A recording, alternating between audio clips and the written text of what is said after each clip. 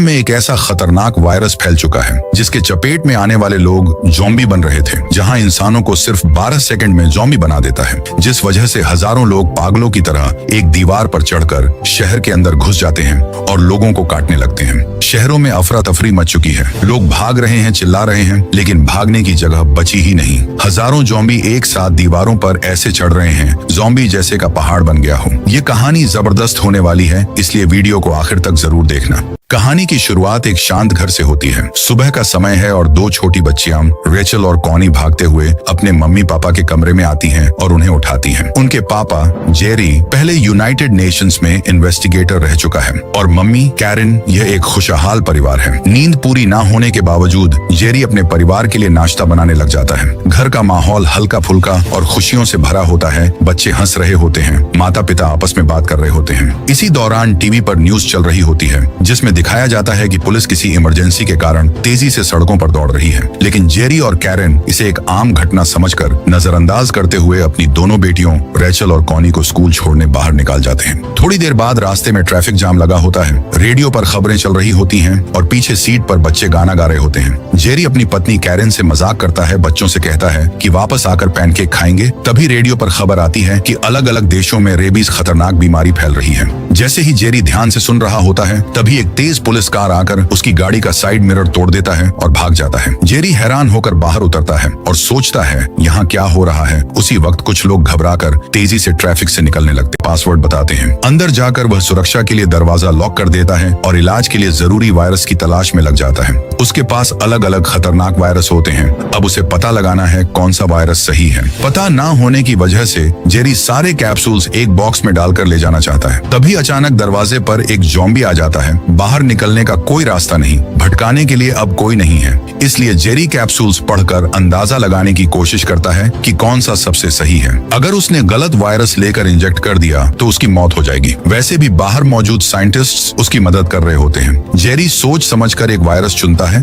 और कैमरे के सामने साइंटिस्ट्स को मैसेज दिखाता है, मेरे परिवार से कहना मैं उनसे बहुत प्यार करता हूँ। फिर वह वायरस अपने शरीर में इंजेक्ट कर लेता है। जेरी कुछ देर इंतजार करता है कि यह वायरस असर दिखाता है या नहीं। वह काफी देर तक वहीं रहता है, इधर उधर घूमता है और फिर हिम्मत करके दरवाजा खोलता है। ज़ॉम्बी उसके पास आता है, उसे सूंघता है लेकिन काटता नहीं। मतलब जेरी का प्लान कामयाब हो जाता है। दरवाजा लॉक करता है और जोरदार आवाज पैदा करता है जिससे पास खड़े सारे ज़ॉम्बीज उसकी तरफ आकर्षित हो जाते हैं। उन सब के बीच से जेरी आराम से चलता हुआ निकल जाता है। ज़ॉम्बीज उसे छू भी नहीं पाते।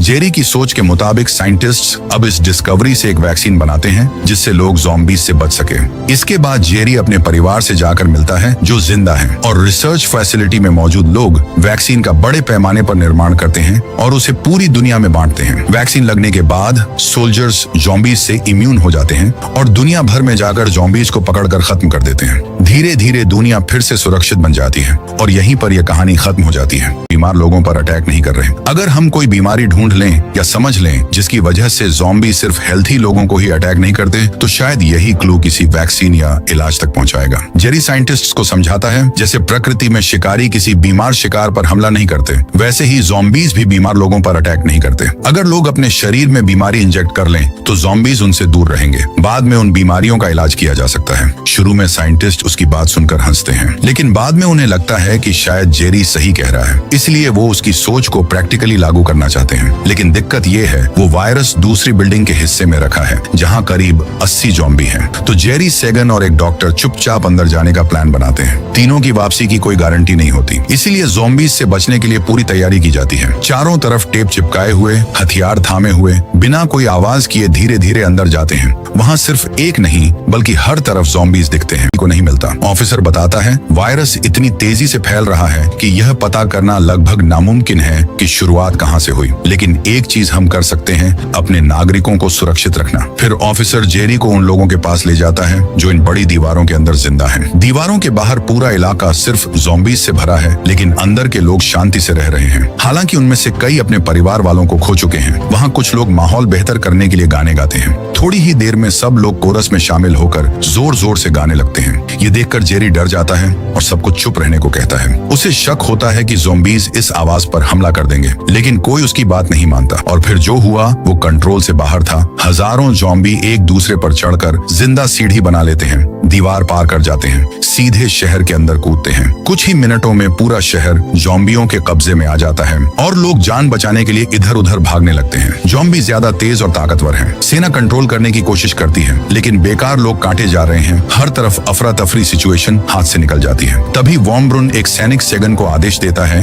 कि जेरी को बचाकर एयरपोर्ट तक ले जाए। जेरी, सेगन और बाकी सैनिक भागते हैं, लेकिन ज़ॉम्बी हर जगह से घुस रहे हैं, कोई सुरक्षित जगह नहीं बची। धीरे धीरे ज़ॉम्बीज अंदर मौजूद लोगों को काट लेते हैं और उनकी संख्या और तेजी से बढ़ती जाती है। अब पूरा शहर नरक बन जाता है। इसी दौरान जेरी एक और बड़ा क्लू देखता है। एक आदमी ज़ॉम्बियों के बीच खड़ा होता है, लेकिन हैरानी की बात यह है कि ज़ॉम्बी उसे बिल्कुल नजरअंदाज कर रहे होते हैं। उसके पास से भागते हुए निकल जाते हैं, लेकिन तभी हालात और खराब हो जाते हैं। सेगन लड़ते हुए ज़ॉम्बी से हाथ पर कट जाती है। जेरी तुरंत